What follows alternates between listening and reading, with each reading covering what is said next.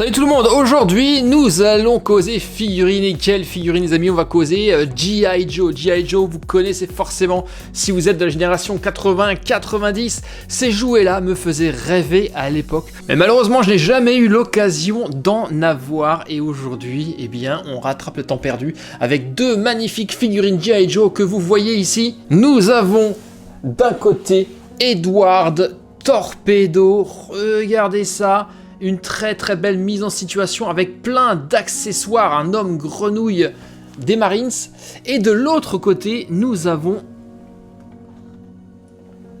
Craig Rock'n'Roll McConnell. Lui, c'est le dur, avec la mitrailleuse, le casque, la barbe, bref, le militaire par excellence. Et pour ceux qui connaissent pas, les G.I. Joe dans les années 80-90, c'était réellement un jouet qui était hyper célèbre. Tous les garçons de l'époque en voulaient, ça a fait l'objet également d'un dessin animé. Et à ce sujet, je ne saurais que trop vous conseiller ces deux ouvrages, c'est en 2 volumes, les pubs des jouets rétro aux éditions Omake Books, où vous avez toutes les publicités de jouets de l'époque. Et bien entendu, G.I. Joe, il figure, ça devrait être, voilà, ça devrait être ici, et c'est ici, la publicité d'origine de l'époque, la collection complète des G.I. Joe de l'année 1989. On y retrouve les gentils, les G.I. Joe qui sont là au-dessus, et leurs adversaires, les antagonistes, c'était Cobra. Ah là là, mais qu'est-ce que ça me rappelle des souvenirs ces trucs-là. À l'époque, j'en rêvais, mais j'étais pas trop G.I. Joe, j'en avais pas. Moi, mon truc, c'était plutôt les Big Jim. Et Big Jim, eh bien, on a normalement également une pub de Big Jim à l'époque. C'était ça, je me rappelle trop de ce camion.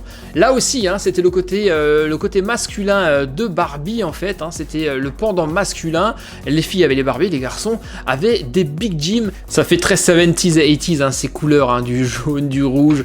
On avait là les véhicules de Big Jim. Je me rappelle tellement de ce Big Jim pirate qui avait le crochet comme ça qui s'étendait. C'était juste absolument incroyable. Et l'autre grosse particularité en fait des Big Jim, c'était que les muscles se gonflaient, les biceps se gonflaient lorsqu'on le pliait. C'était classe. Par contre, la coupe de l'époque, là on sent que c'est vraiment super vieux. Bref, Big Jim, voilà, c'était moi. Et G.I. Joe, eh bien je n'en avais pas. C'était un peu les concurrents, ces deux-là, entre Big Jim et G.I. Joe. Il y avait toujours les deux écoles, un peu comme Lego et Playmobil. Donc voilà, ce sont en quelque sorte des années après, mes tout premiers G.I. Joe que je vais ouvrir. Alors on va commencer par lequel? Les deux sont absolument incroyables.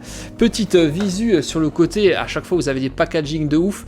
Ces deux figurines nous viennent directement du site Hasbro Pulse, comme à chaque fois, le site de référence où vous allez retrouver tous les collectors et toutes les figurines que vous ne trouvez pas forcément ailleurs.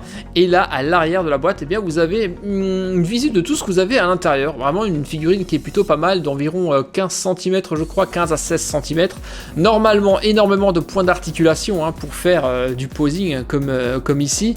Et ici, pour Craig, on a de la mitrailleuse, du pistolet, on a toute la munition et également, vous le voyez, des mains alternatives en fonction de ce que vous voulez faire avec. Et comme vous pouvez le voir également, ces figurines sont hyper détaillées. Regardez ici, par exemple, le tatouage a l'air vraiment hyper bien fait. Et je pense qu'on va commencer par celui-ci, par Craig Rock'n'Roll McConnell. Ces deux-là, je dois vous dire que ça fait des mois et des mois que je les ai. Je les ai eus, je crois que c'était en septembre ou en octobre, en tout cas à l'automne dernier. Et je n'ai jamais trouvé le temps de vous les présenter. Donc là, aujourd'hui, ce temps-là, on va se le prendre. Ouverture de Craig Rock'n'Roll McConnell. Let's go. C'est parti. Ah yes.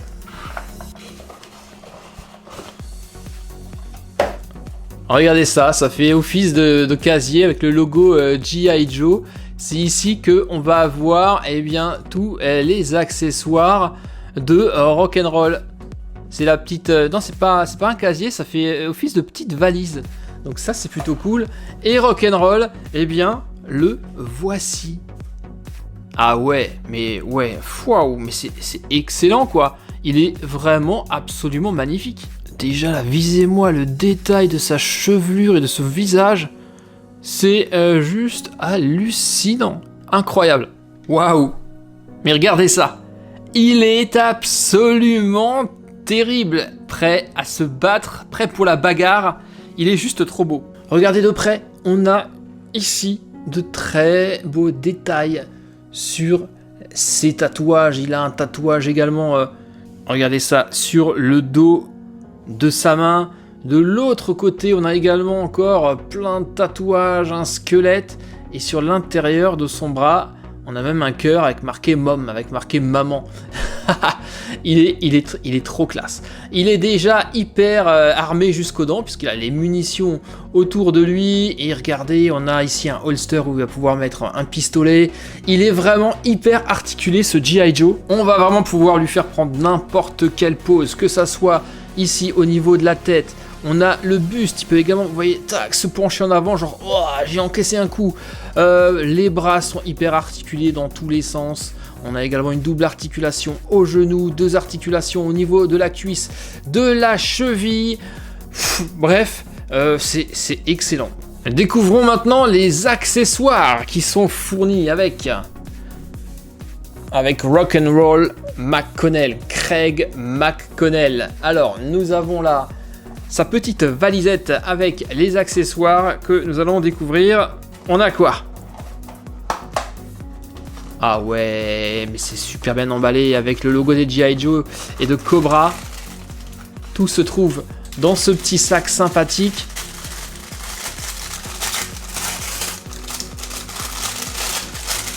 Alors, voyons ça. Ah, oh, oh. Alors la taille des armes est absolument effarante.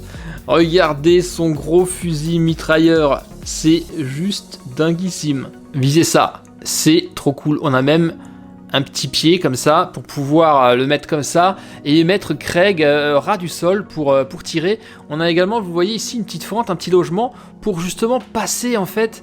Regardez les munitions, c'est tout fin et pourtant hyper bien réalisé. Vous allez pouvoir les passer comme ça pour qu'il puisse tirer. Eh, mais c'est génial. On l'imagine bien hein, au combat en train de canarder ses ennemis.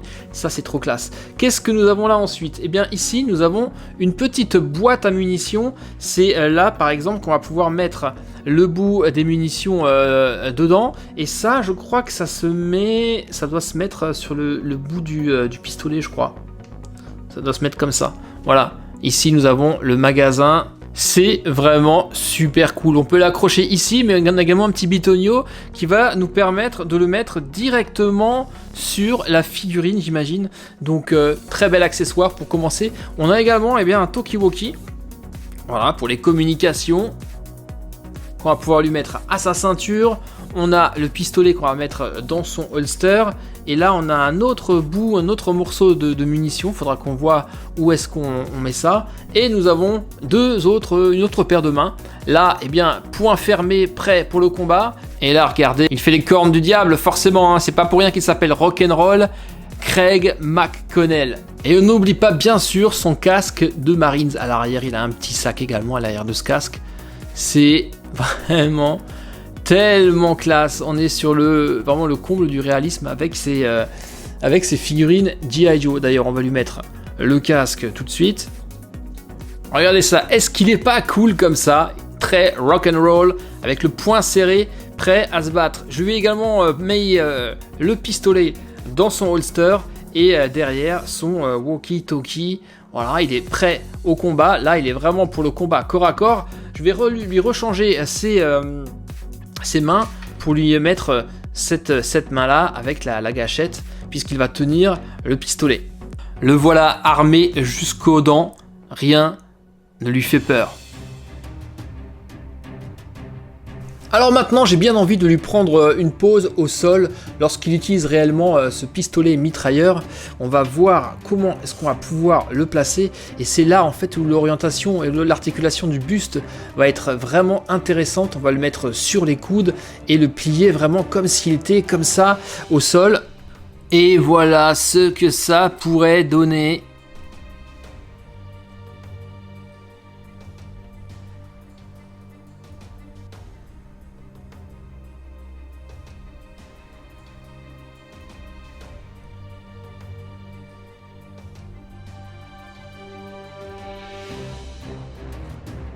Ouais, c'est dingue. Honnêtement, ces G.I. Joe sont absolument fantastiques. Honnêtement, je suis en train de retourner en enfance et je sens que je vais m'éclater à jouer à la guerre avec ces figurines. Elles sont forcément même plus belles qu'à l'époque, hein. Beaucoup plus réalistes, avec beaucoup plus de points d'articulation.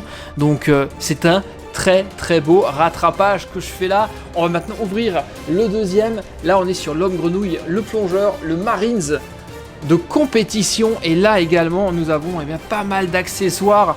On a toute la partie combinaison avec son masque de plongée, avec les palmes, mais également un harpon, vous le voyez, et mitrailleuse et couteau de plongeur également. Bref, alors lui, il est très très cool, hein. Edward Torpedo Lealoa, lui, c'est un Polynésien. Je crois qu'il nous vient de... Alors je sais pas si c'est de Tahiti ou de Hawaï, je connais plus son histoire, je l'avais lu sur le site, mais voilà, on est à nouveau sur quelque chose de vraiment très très cool. Allez, on y va, ouverture pour le découvrir. Là aussi, nous avons la petite valisette avec le 73, c'est la référence de la figurine. Et à propos de figurine, justement, elle est là. Ah, yes. Là aussi, on est sur quelque chose de très très cool. Tadam! Le voici, Torpedo. Lui, je le trouve un peu moins détaillé, mais ça s'explique puisqu'il a une combinaison de plongée, donc forcément, on est sur une texture qui est un peu plus lisse, hein. Il n'a pas de barbe, vous le voyez, il est cagoulé, mais néanmoins, on a pas mal de choses. On a ici un harnais, on a sur chacune des cuisses, de quoi mettre le couteau, et là, on a d'autres équipements. J'ai hâte de pouvoir lui mettre son masque de plongée et ses palmes. Je sens qu'il va être juste incroyable une fois qu'il portera tout ça. Et justement, à propos des accessoires, si on y allait, let's go, on ouvre ça, tu m'excuses Torpedo, on va t'équiper d'ici quelques secondes. Donc là, c'est pareil, on a un très très beau sachet. Un bon point pour Hasbro, il n'y a pas de plastique. Même les liens sont faits en papier et en carton. Regardez, nous avons les palmes de ce plongeur de combat. Elles sont vraiment très cool. Nous avons son sac à dos. C'est avec ça qu'il va pouvoir respirer, j'imagine. On va les poser d'ici un instant.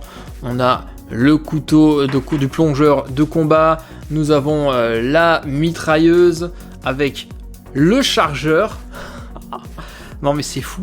Regardez ça, la mitrailleuse, le chargeur. Tu vas pouvoir mettre comme ça, je claque le chargeur comme pour de vrai. C'est excellent. Ensuite, on a le harpon. Là aussi, ça c'est classe. C'est trop cool. Et nous avons son masque de plongée qu'on va pouvoir lui mettre dessus. Alors ça c'est cool. Allez, on y va, on l'équipe. On va lui poser son masque de plongée. Ah ouais, mais là il est trop cool. C'est la grande force des figurines G.I. Joe. C'est qu'elles sont hyper réalistes. Visez ça, il est trop classe. J'adore. On a également derrière un emplacement ici, derrière son sac à dos pour fixer, alors je sais pas si c'est ça ou pour fixer son harpon. Comme ça, non je pense que c'est pour la mitrailleuse. Comme ça tu mets la mitrailleuse comme ça, tu nages et lui il va pouvoir mettre comme ça son harpon autour du bras. Pour ne pas qu'il le perde lorsqu'il nage. Lui, il n'a pas il n'a pas de main supplémentaire, il n'en a pas besoin, faut dire. Le couteau de plongeur de combat, hop, on le met là de côté. Ça peut toujours être utile pour sortir des situations délicates. Et enfin, les palmes. Non, mais admirez-moi ce résultat. Est-ce qu'on n'est pas là sur un plongeur de combat de malade ? Là, faut avouer qu'on est juste sur une figurine de compétition. Il est prêt à passer à l'attaque sur ses gardes avec d'un côté un poignard et de l'autre côté son harpon. Là, à l'arrière, on a également son fusil mitrailleur qui est fixé à l'arrière de ses bouteilles. C'est tellement cool, j'adore.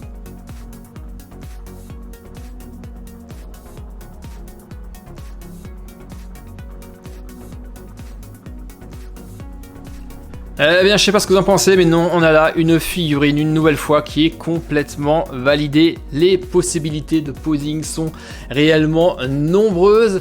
Et c'est franchement avec une très grande joie que je découvre ces G.I. Joe. J'ai qu'une envie, c'est d'en avoir d'autres. En plus, la gamme est tellement étendue, vous en avez énormément sur le site de Hasbro Pulse. Je vous invite à aller y jeter un petit coup d'œil. Qu'est-ce que vous en pensez? Lequel des deux vous préférez? Honnêtement, moi je n'arrive pas à choisir. Les deux sont vraiment absolument incroyables. Je les adore. Ce sont mes deux premiers G.I. Joe. Si ce type de vidéo vous plaît et que vous souhaitez voir d'autres figurines de G.I. Joe, laissez-moi un petit pouce bleu et laissez-le-moi savoir dans les commentaires.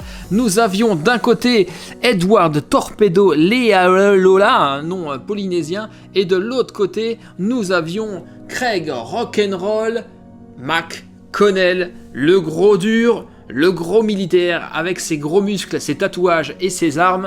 N'hésitez pas à aller faire un tour sur le site de Hasbro Pulse si comme moi vous êtes fan de figurines, vous devriez trouver votre bonheur. Merci à tous et à très bientôt pour la suite sur Super Héros et compagnie. D'ici là, portez-vous bien. Bye bye. Ciao.